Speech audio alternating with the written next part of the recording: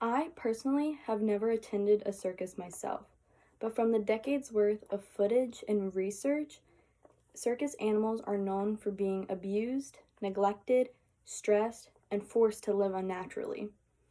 Some states have even banned the use of animals in their circuses, but the United States has a long way to go. Starting off with, how are these animals being abused in the circus? Animals are given a very limited amount of space to live in when they aren't performing. Most circuses travel up to 48 weeks of the year, and during this time, the animals are in their cages up to 26 hours. In some cases they are in it for 75 or even 100 hours. Some examples would be these two circus lions. As you can see, it's a very small cage. They aren't giving a lot of room to roam, let alone it being very unnatural for them. And in this picture, as you can see, like the one before, they are grouped together 2 at a time, which can be very dangerous for the animal themselves because they can end up fighting over territory, and worst comes to worst, one of them can kill the other.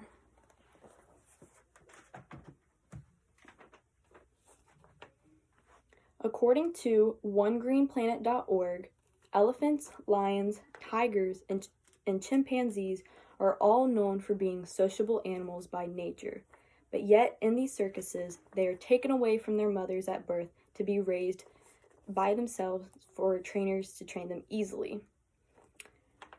When animals don't train or perform well, their trainer can even take away their food and water, and according to the ASPCA, this is done to keep animals afraid and submissive to their trainer.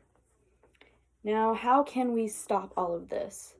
The simple answer is stop going to circuses.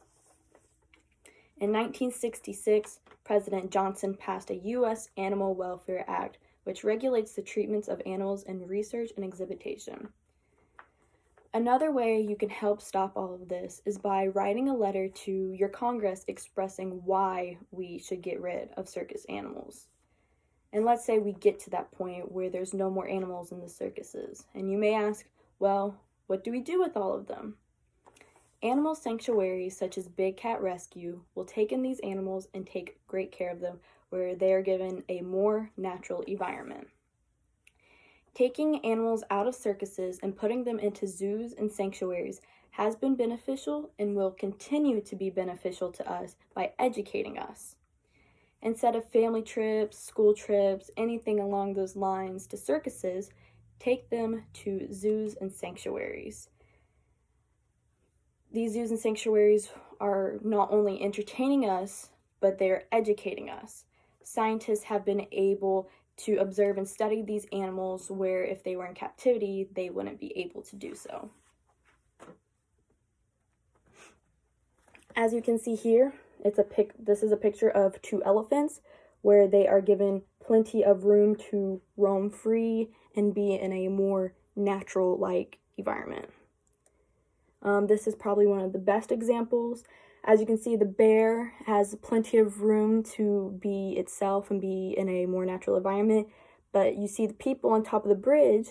This gives us as people an opportunity to observe an animal in a natural habitat and be educated, but in a safe way. As I mentioned before, animal sanctuaries such as Big Cat Rescue and more well-known zoos and places such as Busch Gardens and Animal Kingdom will take in animals.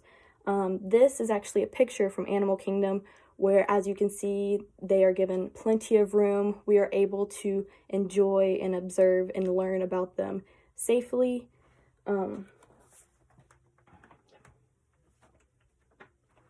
While respecting the art and culture of circuses and how they educate and the entertainment they bring, people should have the moral responsibilities to keep these animals safe. You can help keep the progress of banning animals by doing your part, by stop going to circuses, by taking a political stance, and by donating to organizations that help fight to keep these animals safe. Your actions make a real difference on the people's perspective around you. With your help, we can work together to stop and save these circus animals. Thank you.